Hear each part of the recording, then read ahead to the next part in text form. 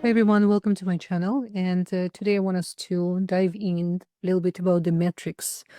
What is really astrology inside of our metrics? Why this really powerful egregor really controlling our life? Even though, I really love astrology and I practice astrology close already for 30 years, as more I understand the metrics, the more I understand this reality, is more I want us to understand really the initial purpose of astrology, the seed, right? So what I did, I wrote my thoughts. I put them together. So not to be over a place, I just really want to read directly from what I read this morning.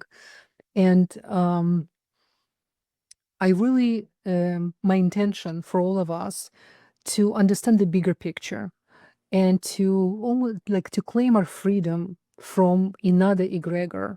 While we still need to learn how to operate within, we need to understand then we are the one who in control, if we choose so. So let's dive in. Have you ever felt like astrology was giving you all the answers, yet somehow your life still not changing?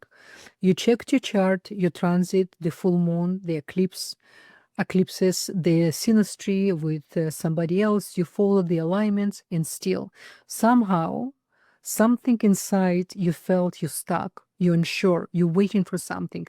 You're waiting for the planets to say, now you can live your life. But what if I told you astrology, as it is being used in these metrics, is one of the most powerful, strongest egregors of the control? What if I told you that even the most brilliant minds, those capable of spiritual greatness, have been trapped by these same stars? Isn't about denying astrology. This is not the purpose. It is about reclaiming it because astrology was never meant to rule you. It was meant to reveal you in this dimension. Let's wake up together. Astrology is one of the oldest tools of self-knowledge, but in the hands of metrics, it became weapon of dependency. What once helped souls remember their origin, the karmic contracts, the soul path has now become an addiction. Worldwide, communities, every week people ask, is the good time to move? Should I start the relationship now or wait for the Venus to appear again? Can I speak my truth or Mercury is still retrograde? Do you see it now? The same system that enslave your body has now hijacked your mind with cosmic symbols.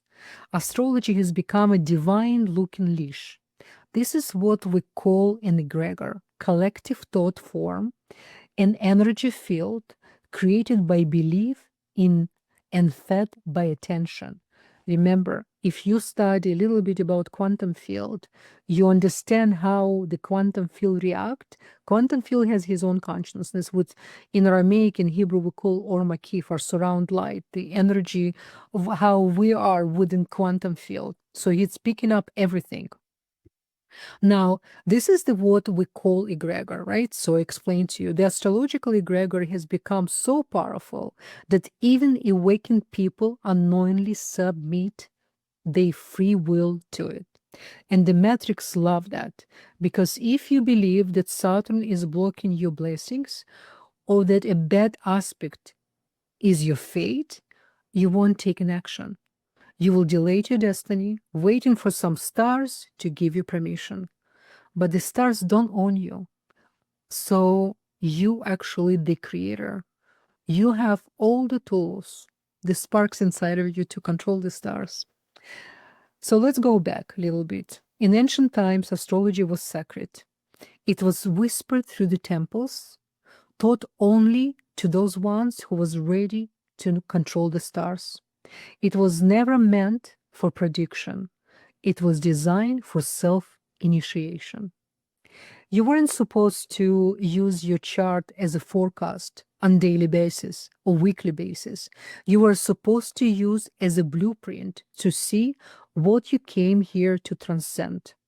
The natal chart was your karmic fingerprint, your soul contract, not a prison, a map. But in today's age, the matrix commercialize the sacred. Astrology became entertainment. TikToks, memes, endless apps, many videos, all the reinforcing and ideas that planets are in charge. The more you check your forecast, the less you check your alignment. And that's the real trap. Because if you forgot who you are, if you forgot, if you forget your power as a co-creator, you fall into cosmic fatalism. You start to believe you're a victim of the sky. Many seekers say, I study astrology because I want to be in control. But obsession with predictions is not control. It is a fear. It's a pure fear. Real control comes from awareness, not astrology. Astrology gives you patterns, not permission. It can show you the archetypes, the energies, but it cannot tell you what you will do. Only you can decide that. You are a soul with mission, not puppet for the Pluto or Mars or any other big cosmic giants. This matrix loves cycles. It wants you he wants you to check the ups, moon, different horoscope, watch endless videos, every week podcast, that you forget only alignment that truly matters.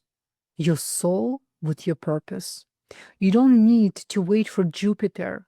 You need to awaken your will. Even some of the most powerful mystics, healers, and scholars fell into this trap of egregor.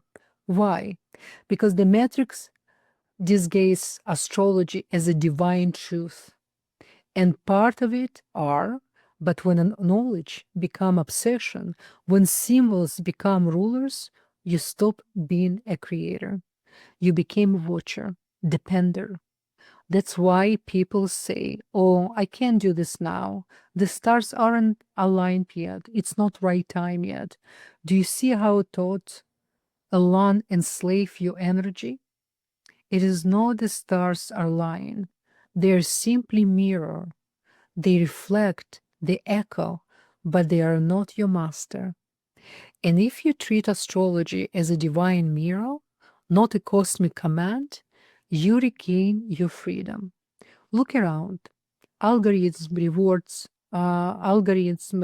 astrologers who simplify, who really make the astrology psychology manipulation, who entertain you, who post daily your week ahead videos, and it is not their fault. They are serving a demand. Demand you. You create the demand. But the demand is being driven by the system as well. A system that trains you to outsource your knowing. You don't check in with your intuition. You even forgot many times that you have one. You check the stars, you become co-star. And you don't ask your higher self, you ask your favorite astrologer, what my next step? You're giving your power away. The same control system that locked humanity into political, religious, and social dogma has now weaponized astrology, not by bending it, but by floating it. The matrix always work in two ways. Number one, censor the truth, then drown it in a lot of noise. And if you are not careful, you will drown it with it. Here's what astrology is meant to be: a sacred mirror, a map of your karmic journey, a tool to help you remember your mission, not to predict your day, not to tell you what to avoid, not to scare you into to be inactive. The sidereal sky, the direct sky system with all the stars, holds the secrets, hold many different secrets, but only if you enter and like a sovereign soul, not a follower. You came into this life with a divine assignment. Your chart holds hints, but the decisions, the power, that's in your hands. Stop asking when Saturn or Mercury will release you. Ask why you still believe in you are trapped in it. You are not here to orbit planets. You are here to become a star. Astrology is not forecast. It is your mirror, is a sacred one. Look into once, then look within forever. Break the addiction, step out of the cosmic maze. Use astrology to know yourself, to finish your karma, to start your destiny, new destiny. Not delay yourself, because in the end, the planets are watching you, waiting to see if this is time you will remember who you are. Love you all. Bye bye.